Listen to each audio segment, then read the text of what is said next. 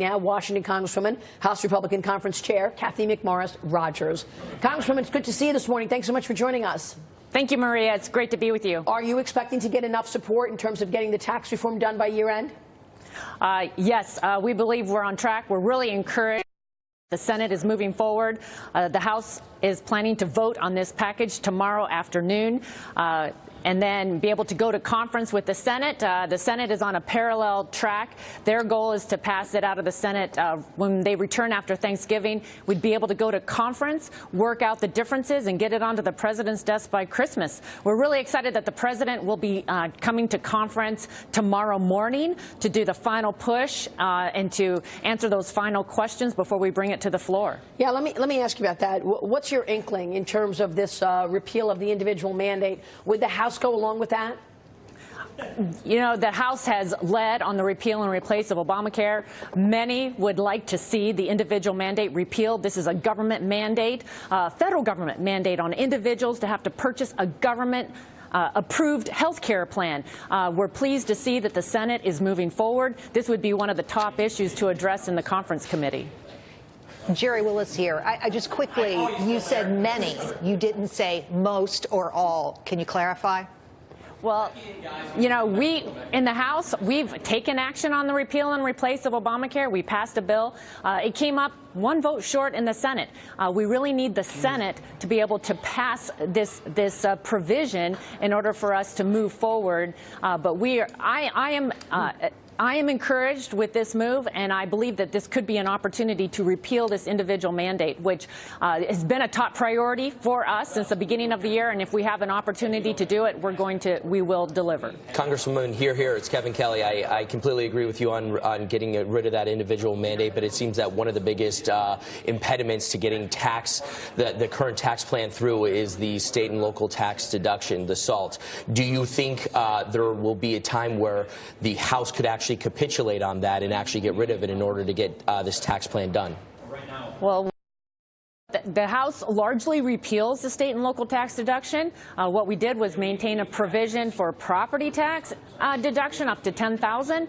But clearly, this whole debate over state and local tax deduction has exposed the high tax states, New Jersey, New York, California, and how they have been gaming the system in that they're increasing these taxes at the local level to seek the deduction from those taxes at the federal level. Washington State, my Governor Inslee, would like to introduce an income tax right now. And part of the talking point is that you can deduct it from your federal income taxes. That should not be the incentive for raising taxes at the local level. Yeah, but Congresswoman, do you worry that this is going to be an issue for the local, upcoming elections? I mean, you got Peter King here saying this is not just about my constituents getting hit, but also the fact that the Dems have just targeted his seat. So, eliminating that SALT deduction for people in New York and California and et cetera, that is going to mean higher taxes for those people. And Peter King is saying, I can't raise taxes on my constituents. So do you worry that it's actually going to hurt your party come 2018?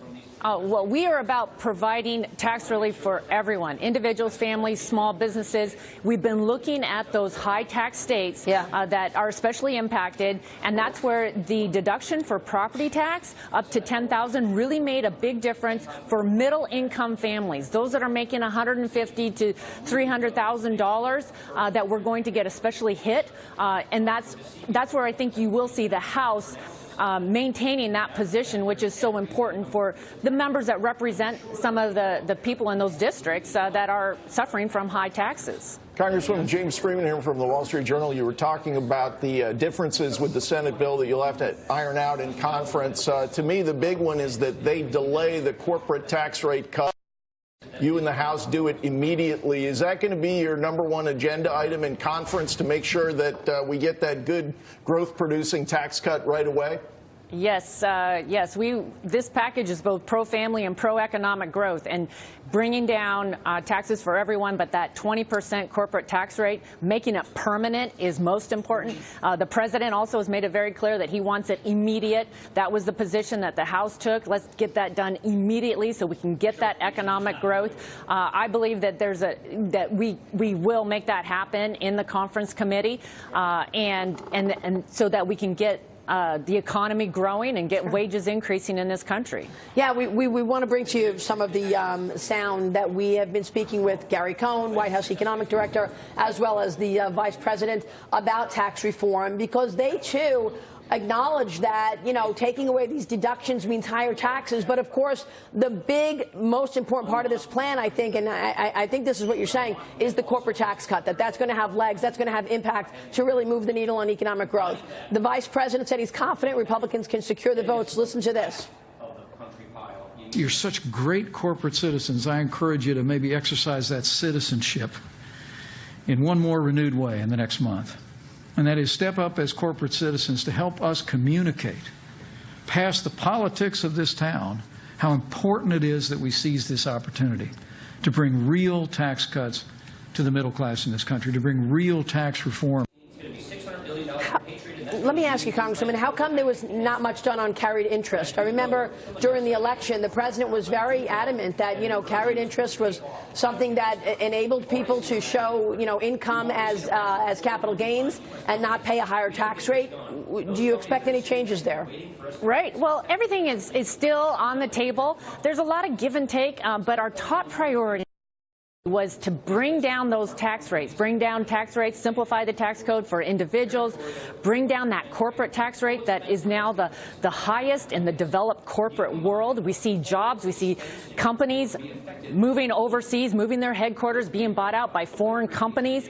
We want that job creation, that job growth in America. We want individuals to be freed of the burden and provided that relief. So there's a lot of details. And how we best help both individuals, hardworking men and women across this country, as well as businesses, small businesses, where the engine of growth takes place. That will all continue to be debated in the conference committee. But I'm most excited that we are on track to get this done in 2017 and get this economy growing the way that we have long imagined in 2018. Yeah, it feels that way, so congrats there. Let me ask you, Congresswoman, Speaker Ryan announced yesterday that all the House members and their staffs will have to undergo new mandatory anti-harassment and discrimination training.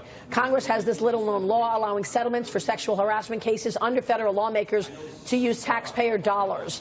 What's your take on this? Roughly $15 million has already been paid out in a span of nearly 2 decades, according to the Washington Post. Yes, well, we need education, but we also need to ensure that this is unacceptable and make sure that we are educating, raising that awareness, and taking action so that it's unacceptable, and making sure that our victims are getting the support that they need. I think we all were taken back by the reports of these settlements, and we're looking at that. But I'm pleased that the House is leading on this, that the House Administration Committee is coming up with a proposal that will protect individuals and ensure that we have a safe workplace here in the House. All right, Congresswoman, it's good to see you. Thank you very much. Thanks.